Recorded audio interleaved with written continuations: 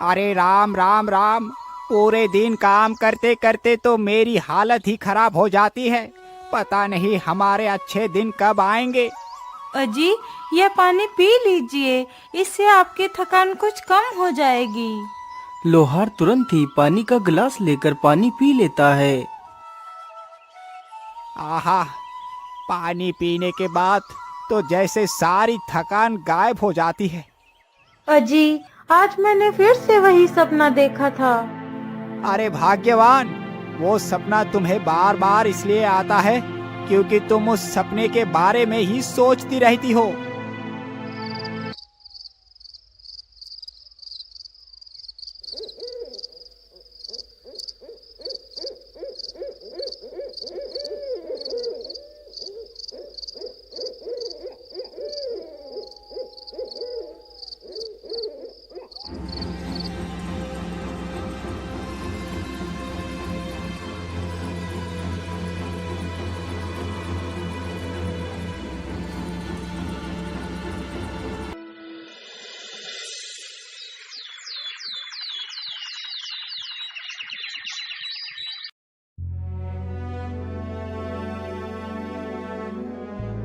अरे भाग्यवान, अब और कितना सोओगी?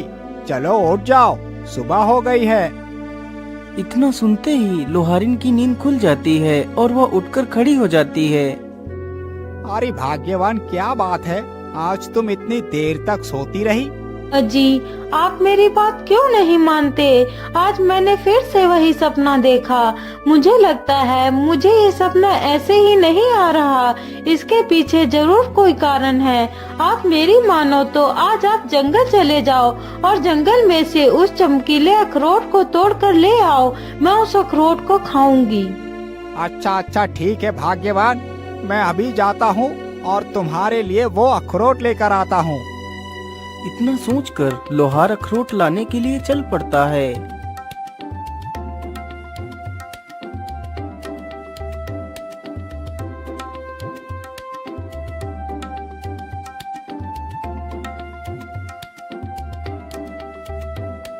लोहार चलते चलते जंगल में काफी दूर निकल जाता है और उसी जंगल में पहुंच जाता है जहां पर वह अखरोट का पेड़ था। मैं तो चलते चलते काफी दूर निकल आया हूँ, लेकिन अभी तक अखरोट का पेड़ तो दिखा ही नहीं मुझे। लगता है यहाँ पर कोई भी अखरोट का पेड़ नहीं है। भाग्यवान का ये कोई भ्रम ही होगा। चलो अब मैं वापस चलता हूँ, लेकिन यहाँ तक आने का तो कोई भी फायदा नहीं हुआ।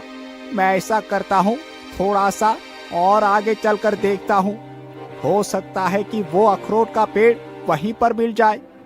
इतना सोचकर लोहार जंगल में आगे बढ़ता है। अरे वो पेड़ कैसा है? कहीं ये तो वो अखरोट का पेड़ नहीं है। चलो इसके पास चलकर देखता हूँ। लोहार जैसे ही उस वृक्ष के पास पहुंचता है तो देखता है उस पेड़ पर सचमुच एक सुनहरा अखरोट लटक रहा था। अरे वाह वाह, इसका मतलब भाग्यवान का सपना एकदम ठीक था। यहाँ पर तो सचमुच एक अखरोट का पेड़ है और इस पर तो सुनहरा अखरोट भी लगा है। चलो जल्दी से मैं इसे तोड़ लेता हूँ। इतना सोचकर लोहार तुरंत उस अखरोट को तोड़ लेता है। अरे दुष्ट युवक, तुमने मेरा सुनहरा अखरोट क्यों तोड़ा? अरे गिलहरी बहन, मुझे माफ करना। मुझे नहीं पता था कि ये अखरोट का पेड़ आपका है, नहीं तो मैं इसमें से अखरोट कभी नहीं तोड़ता। लेकिन तुमने ये अखरोट तोड़ा क्यों है? गिलहरी बहन, मेरी पत्नी प्रत्येक दिन अपने सपने में इस अखरोट के पेड़ को देखती है जिसमें ये सुनहरा अखरोट लगा हुआ होता है।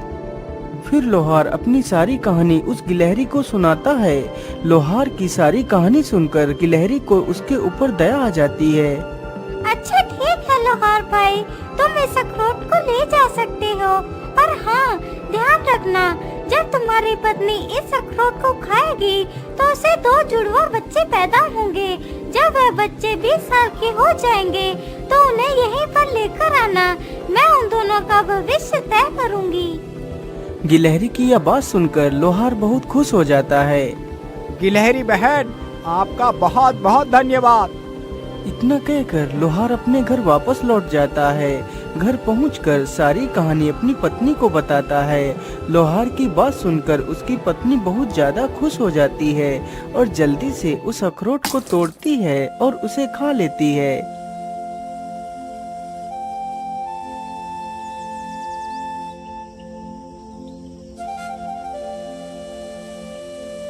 लोहार को इसी प्रकार काफी दिन गुजर जाते हैं। 10 महीनों के बाद लोहार की पत्नी ने गिलहरी के कहे अनुसार ही 2 पुत्रों को जन्म दिया। पुत्र की प्राप्ति के बाद लोहार और लोहारिन बहुत खुश हो जाते हैं।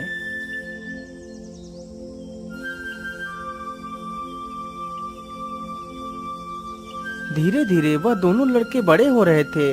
लोहार का बड़ा लड़का बड़ा ही कुटिल तथा दुष्ट स्वभाव का था, जबकि उसका छोटा बेटा बहुत ही दयालु तथा प्रेम बांटने वाला था। एक दिन की बात है, लोहार का बड़ा बेटा कान्हू एक धनुष बाण उठाता है और जंगल की तरफ निकल पड़ता है।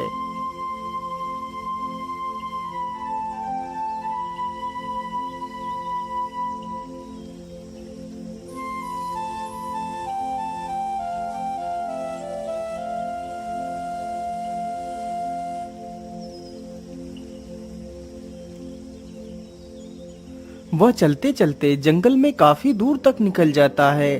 तभी उसने देखा एक पेड़ पर एक कबूतर और कबूतरी बैठे हैं। अरे वाह, शिकार तो सामने ही है। चलो जल्दी से अपना धनुष संभालता हूँ और इन पक्षियों पर निशाना लगाता हूँ। तीर जैसे ही कमान से छूटता है तो सीधा जाकर कबूतर के लगता है। कबूतर तुरंत ही जमीन पर गिर जाता है। अरे दुष्ट, तूने ये क्या किया? तूने मेरे पति को तीर क्यों मार दिया? मैंने तेरा क्या बिगाड़ा था? अरे मूर्ख चिड़िया, तू अपनी जुबान कुछ ज्यादा ही चला रही है। रुक, मैं अभी तुझे मजा चखाता हूँ। इतना कहकर वह अपना तीर उस कबूतरी के ऊपर तान देता है। रुक जाइए भैया, आप ये क्या कर रहे हैं? आखिर आप इन मासूमों को क्यों मार रहे हैं? आखिर इन्हें मारकर आपको क्या मिल जाएगा? तू हट जा प्रेम, आज मैं इस चिड़िया को जीवित नहीं छोड़ूंगा। नहीं भैया, इस चिड़िया को मारने से पहले आपको मुझे मारना होगा, तभी आप इस चिड़िया को मार सकते हैं। चल चल ठीक है, तेरी वजह से आज मैं इन दोनों को जीवित छोड़ रहा हूँ, नहीं तो आज मैं इस चिड़िया को मार ही डालता। इतना कहकर कान्हू वहाँ से चला जाता है।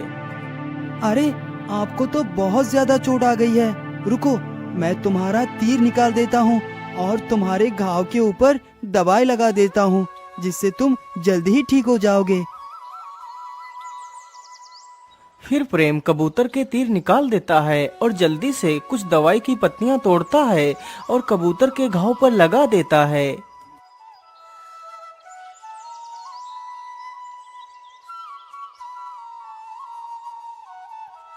अरे बेटा, तुम तो कितने दयालु हो, लेकिन तुम्हारा भाई तुमसे एकदम विपरीत है। यदि आज आप नहीं आते तो वह दुष्ट हम दोनों की जान ले लेता। हमारी जान बचाने के लिए आपका बहुत बहुत धन्यवाद। फिर वह दोनों कबूतर और कबूतरी वहाँ से उड़ जाते हैं।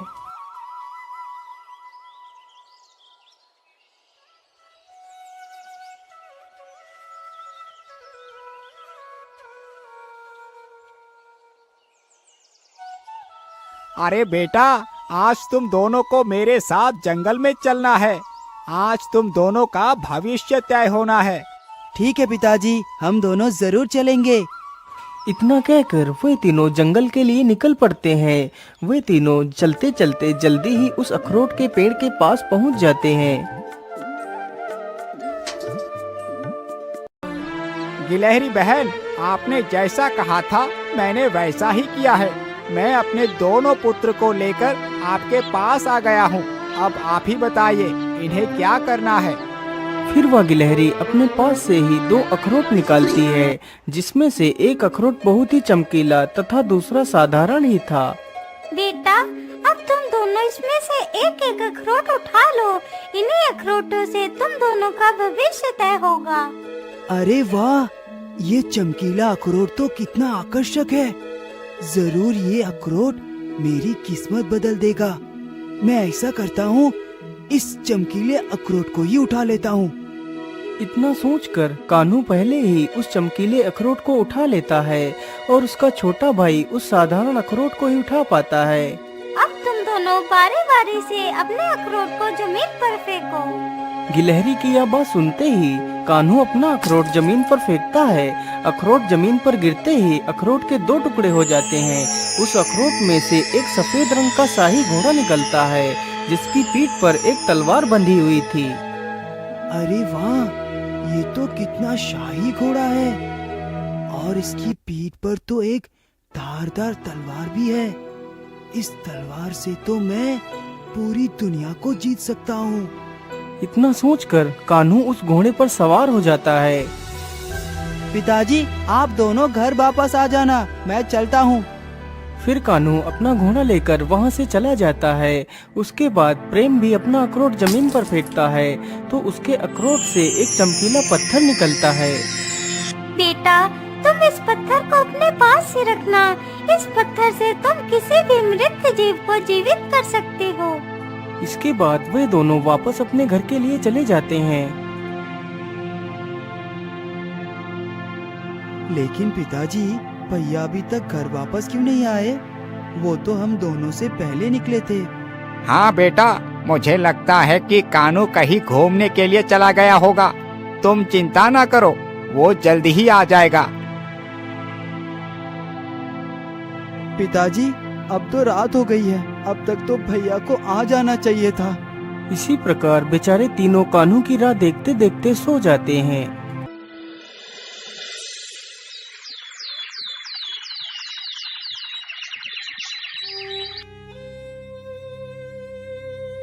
अजी, कहीं हमारा बेटा किसी मुसीबत में तो नहीं फंस गया?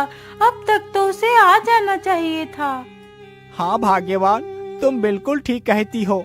मुझे तो लगता है मेरा पुत्र जरूर किसी मुसीबत में फंस गया होगा। भाग्यवान, तुम बिल्कुल भी चिंता ना करो, मैं आज ही अपने पुत्र को ढूंढने के लिए जाता हूँ। इतना कहकर विनोद निकल पड़ता है। वह गांव में कई सारे लोगों से कान्हू के बारे में पूछता है, लेकिन कान्हू का कोई अता पता नहीं था। वो पूरे जंगल में इधर उधर घूमता है, लेकिन उसे कान्हू कहीं भी नहीं मिलता। लोहार और लोहारिन तथा वह लड़का तीनों बहुत चिंतित थे, लेकिन कान्हू का कोई भी पता नहीं था। आखिर कान्हू मिलता भी कैसे? वह तो घोड़ा और तलवार पाकर अहंकार से भर चुका था, इसलिए वह कुंभल राज्य पर आक्रमण कर देता है। तो राजा के सैनिक उसे बंदी बनाकर कारागार में डाल देते हैं।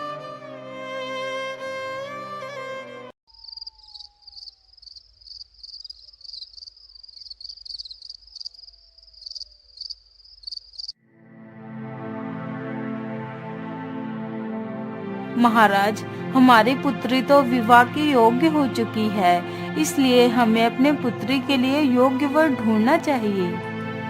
हाँ महारानी जी, ये चिंता तो मुझे भी सता रही है। मैं ऐसा करता हूँ, कल सुबह ही मैं अपनी पुत्री के लिए वर ढूंढने के लिए जाऊंगा। जैसे ही आधी रात होती है तो राजकुमारी बहुत ही गहरी निद्रा में सो जाती है। तभी वहाँ पर एक जहरीला सर्प उसके पलंग के पास आ जाता है और राजकुमारी को डस लेता है।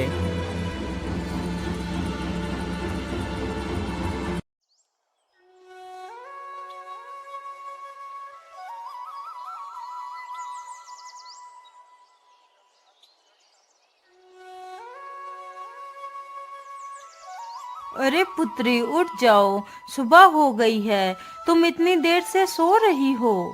महारानी के बार बार बोलने पर भी जब राजकुमारी नहीं उठी तो महारानी ने राजकुमारी की चादर खींच ली तो देखा कि किसी सर्प ने राजकुमारी के हाथ पर काट लिया है। हाय राम राम राम, ये क्या हो गया मेरी पुत्री को? महाराज जल्दी आइए, हमारी पुत्री को किसी जहरीले सर्प ने काट लिया है। इतना सुनते ही राजा वहाँ पर आ जाता है। अरे पुत्री, ये तुम्हें क्या हो गया? मैं तुम्हारे लिए पता नहीं कितने बड़े बड़े सपने देख रहा था और तुम हमें छोड़कर चली गई। महाराज, ये समय आंसू बहाने का नहीं है, हमें किसी झाड़ फूक करने वाले साधु को बुलाना चाहिए। सैनिकों, जाओ और पूरे राज्य में ये घोषणा कर दो, जिसने भी मेरे राजकुमारी को ठीक कर दिया, मैं उसे अपना आधा राज्य दे दूंगा। और राजकुमारी का विवाह भी उसी के साथ कर दूंगा। राजा का आदेश होते ही सारे सैनिक पूरे राज्य में घूम घूम कर घोषणा करने लगते हैं। सुनो सुनो सुनो, राजा की पुत्री को एक जहरीले सर्प ने काट लिया है, जिसकी वजह से राजकुमारी की मृत्यु हो गई है। यदि कोई इंसान राजा की पुत्री को ठीक कर देगा तो राजा उसे अपना आधा राज्य दे देगा तथा राजकुमारी का विवाह भी उसी युवक के साथ कर देगा।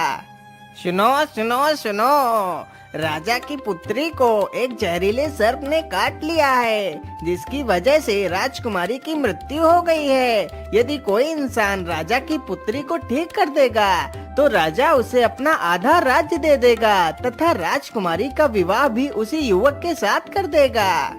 लोहार के बेटे ने जैसे ही यह बात सुनी तो वह मन ही मन बहुत ही खुश होता है और सारी बात अपने पिता को जाकर बता देता है। अच्छा ठीक है पिताजी, अब मैं चलता हूँ। इतना कहकर प्रेम वहाँ से निकल पड़ता है और जल्दी ही राजमहल में पहुँच जाता है। महाराज, यदि आपकी आज्ञा हो तो मैं राजकुमारी को जीवित कर सकता हूँ। हाँ हाँ युवक, क्यों नहीं। अभी तक तो इतने सारे लोगों ने कोशिश की है, लेकिन कोई भी मेरे पुत्री को ठीक नहीं कर पाया है। अब तुम भी प्रयास करके देख लो। राजा की आज्ञा मिलते ही प्रेम अपना वही चमत्कारी पत्थर निकालता है और राजकुमारी के माथे पर उस पत्थर को स्पर्श करा देता है। पत्थर के स्पर्श होते ही राजकुमारी के अंदर फिर से प्राण आ जाते हैं और राजकुमारी पुनः उठकर खड़ी हो जाती है। यह देखकर सभी लोग खुश हो जाते हैं और बड़े ही धूमधाम से दोनों का विवाह करवा देते हैं। अब तो प्रेम खुद एक राजा बन चुका था। महाराज, आज आप इतना दुखी क्यों लग रहे हैं? क्या बात है? कुछ नहीं राजकुमारी जी, आज मुझे मेरे भैया की याद आ गई थी। पता नहीं वो कहाँ होंगे और किस हालत में होंगे। मैंने उन्हें ढूंढने की बहुत कोशिश की, लेकिन वो कहीं नहीं मिले। फिर प्रेम अपनी सारी कहानी राजकुमारी को बताता है। लेकिन स्वामी, आज से कुछ महीने पहले ही एक ऐसा ही युवक आया था और उसने हमारे राज्य पर आक्रमण किया था। तो हमारे पिताजी ने उस युवक को बंदी बनाकर कारागार में डाल दिया था। प्रेम ने जैसे ही यह बात सुनी तो वह तुरंत कारागार के पास जाता है तो देखता है उसका बड़ा भाई कारागार के अंदर बंद है। भैया, आप इस कारागार के अंदर कैसे आ गए? कान्हू ने जैसे ही यह बात सुनी तो वह तुरंत उठ खड़ा होता है और सामने देखता है तो उसका छोटा भाई खड़ा होता है।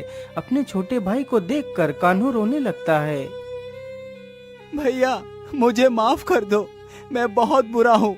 मैं हमेशा तुम्हें छोटी छोटी बातों पर धिक्कारता रहता था। अहंकार में मैं अंधा हो चुका था। इस अहंकार की मत में चूर होकर मैं इस कारागार में आ गया। मुझे माफ कर दो मेरे भाई, मुझे माफ कर दो। नहीं भैया, आप माफी मत मांगिए। यदि आपको अपनी गलती का पश्चाताप हो चुका है तो आप पूरी तरह शुद्ध हो चुके हैं। सैनिकों, इस कारागार का दरवाजा खोल दिया जाए। इतना कहते ही सैनिक तुरंत कारागार का दरवाजा खोल देते हैं और कान्हू को बाहर निकाल लेते हैं। फिर वह सारे लोग हंसी